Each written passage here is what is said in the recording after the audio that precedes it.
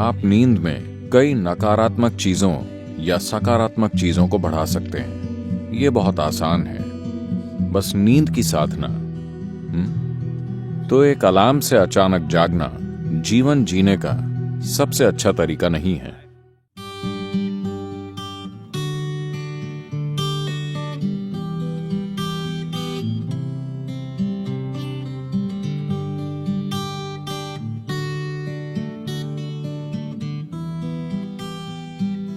आप में से कितने लोग किसी दिन सुबह उठने के बाद बेवजह बहुत बुरा महसूस करते हैं? बिल्कुल बेवजह। अगर साल में कम से कम 2-3 बार भी ऐसा हो रहा है, अगर ऐसा है तो आपको सोने से पहले कुछ चीजें करनी चाहिए। ये बहुत ही महत्वपूर्ण है, क्योंकि आपको समझना चाहिए कि आप नींद में कई नकारात्मक चीजों या सकारात्मक चीजों को बढ़ा सकते हैं। आप नींद में सुखदता या अप्रियता को बहुत कुशलता से बिना रुकावट के बढ़ा सकते हैं। आप दिन में भी उन्हें बढ़ा सकते हैं, पर कई रुकावटें होंगी, वो बहुत कुशलता से नहीं होता। पर अगर आप किसी निश्चित तरह से सोने जाते हैं और सुबह बहुत बुरा महसूस करते हुए उठते हैं, बिल्कुल बेवजह, तो मतलब आप रात में बहुत कुशलता से चीजों को सेते हैं, खराब अंडों को। बात सिर्फ मानसिक अशांति की नहीं है, ये समय के साथ बड़ी शारीरिक समस्याएं पैदा कर सकता है। ये महत्वपूर्ण है कि आप इन चीजों को अपने जीवन से हटाएं।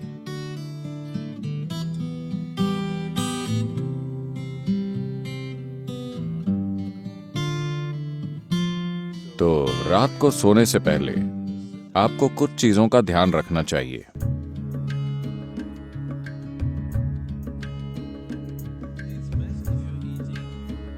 अगर आप मांस और वैसा भोजन करते हैं तो उसे सोने से कम 3 से 4 घंटे पहले खाएं, ताकि पाचन पूरा हो जाए। सोने से पहले थोड़ा पानी पीकर सोने जाएं। आप देखेंगे कि इसी से वो ठीक हो जाएगा। एक आसान चीज की जा सकती है, वो है स्नान। हमेशा सोने से पहले नहाएं, इससे काफी फर्क पड़ता है। इस मौसम में ठंडे पानी से नहाना मुश्किल हो सकता है, तो आप गुनगुने पानी से नहाएं। रात को गर्म पानी से न नहाएं, गुनगुना पानी लें। यह आपको सजग बनाता है। आप सोचेंगे, अरे मैं सो नहीं पाऊंगा। कोई फर्क नहीं पड़ता। आप 15-20 मिनट या आधे घंटे बाद सोएंगे, मगर नींद बेहतर आएगी, क्योंकि इससे कुछ चीजें हट जाएंगी। जब आप नहाते हैं तब सिर्फ त्वचा की गंदगी नहीं हटती। क्या आपने देखा है, जब आप बहुत तनाव और चिंता में होते हैं तब सिर्फ नहाने से ऐसा लगता है मानो बोझ लगभग उतर गया हो? क्या आपने ये नहीं देखा है? तो ये सिर्फ त्वचा की सफाई नहीं है, पानी के शरीर पर गिरने से बहुत सारी चीजें होती हैं। स्नान एक बहुत बुनियादी भूत शुद्धि है, क्योंकि आपका शरीर 70% से अधिक पानी है। अगर आप उस पर पानी गिराएं तो एक तरह का शुद्धिकरण होता है, जो त्वचा की सफाई से परे है।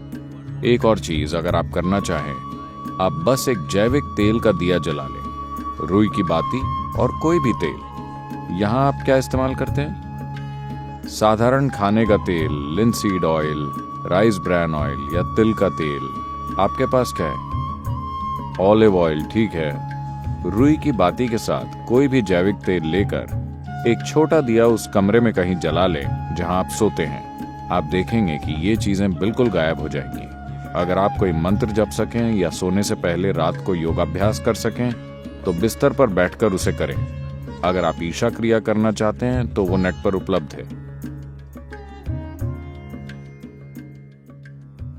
आमतौर पर भारत में आपसे कहा जाता है कि सोते समय अपना सिर उत्तर दिशा की ओर नहीं रखना चाहिए। आपको पता है, अगर आप रात में उत्तर की ओर सिर करके सोते हैं, जब आप लेटे हुए होते हैं तो धीरे धीरे खून आपके दिमाग की ओर बढ़ने लगेगा। When there is too much circulation in the brain, you cannot sleep peacefully. जब दिमाग में रक्त संचार बढ़ जाएगा तो आप शांति से नहीं सो पाएंगे। अगर आपके दिमाग में किसी प्रकार की भीतरी कमजोरी है या आप अधिक उम्र के हैं तो आप नींद में मर सकते हैं। हैमरेज हो सकता है क्योंकि ज्यादा खून दिमाग में घुसने की कोशिश करता है, जहां खून की नसें बाल जैसी होती हैं और चुंबकीय शक्ति कुछ ज्यादा खून भेजती है। सीधे खड़े होते समय ऐसा नहीं होता। जैसे ही आप लेटते हैं, सिर की ओर यह खिंचाव इतना तीव्र होता है कि खून धीरे धीरे दिमाग की ओर जाने की कोशिश करता है। तो इससे बचने के लिए, यह सिर्फ उत्तरी गोलार्ध के लिए है। अगर आप ऑस्ट्रेलिया जाएं तो आपको सिर दक्षिण की ओर नहीं करना चाहिए। अगर आप भारत में हैं तो आपको सिर उत्तर की ओर नहीं रखना चाहिए। आप उसे और किसी भी तरह रख सकते हैं, वो ठीक है। इसे अपने मन में रखें कि आप सच में नाशवान हैं, ठीक है? सिर्फ शब्दों में नहीं, सच में। आप अभी मर सकते हैं। आप युवा हो या बूढ़े, कोई फर्क नहीं पड़ता। आप अभी मर सकते हैं, हाँ या ना? सोने से पहले बिस्तर पर बैठकर सोचें कि यह आपकी मृत्युशैया है। आपके पास जीने के लिए सिर्फ 1 मिनट और है।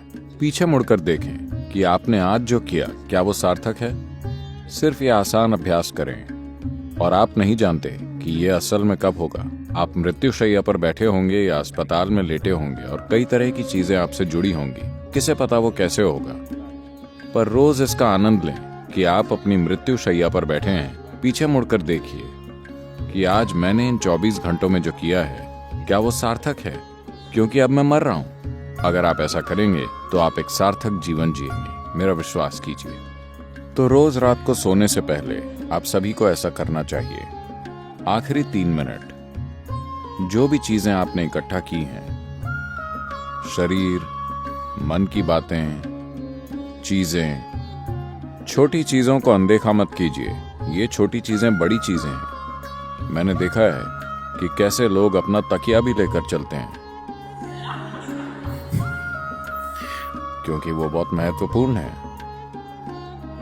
तो आपका तकिया, आपकी चप्पल, अगर आपके रिश्ते हैं, सब कुछ जो आपने इकट्ठा किया है, उसे एक ओर रखकर सोइए। अगर आप इस स्थिति में सोएंगे तो आप अधिक रोशनी, अधिक ऊर्जा और आपकी कल्पना से भी अधिक संभावनाओं के साथ जागेंगे। बस जीवन के रूप में सोइए, पुरुष या स्त्री के रूप में नहीं, इस या उस रूप में नहीं। सब कुछ नीचे रख दीजिए। बस ये बहुत आसान है, सिर्फ नींद की साधना। कम से कम इतना आपको करना चाहिए।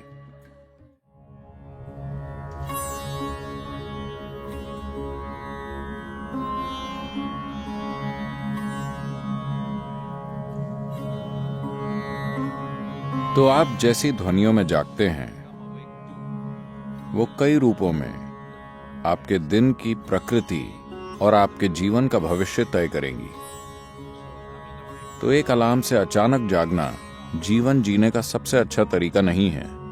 अच्छा होगा कि अगर आपकी नींद, जिस तरह का भोजन आप करते हैं और जिस तरह के विचार और भावनाएं अपने अंदर रखते हैं, और आपने अपने शरीर में जीवंतता का जो स्तर बनाए रखा है, उससे तय होगा कि आपको कितनी नींद की जरूरत है। मान लीजिए आपको 8 या 12 घंटे की नींद की जरूरत है। मैंने गलत संख्या बोल दी।